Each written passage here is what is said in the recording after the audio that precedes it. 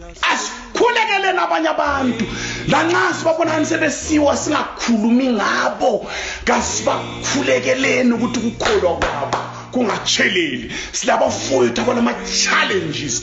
Xa usuwazi unganathi ngawe itiye, khuleka ukuthi ukukholwa kwabo kungatsheleli. Jesu wathi kuPeter, I have prayed for you. Just imagine.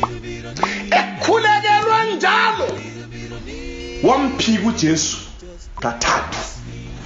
Ngabe uJesu kakhulekanga ngawo uPeter kasikhulumi ngaye namhla ngale ndlela esikhuluma ngayo. Wahla phika uJesu ayezibophela la njengoJudas.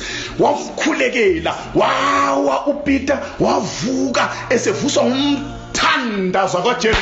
Bible amlitona kumakuluku. Xa uPeter phika uJesu oqala wamphika okwesi2 okwesi3 uPeter waphamisa amehlo wabona uJesu la emkhangele. Inhlamvu zamehlo kaPeter lenhlamvu zamehlo kaJesu zakhangelana. uJesu wasend imessage kuPeter ukuthi don't worry Peter,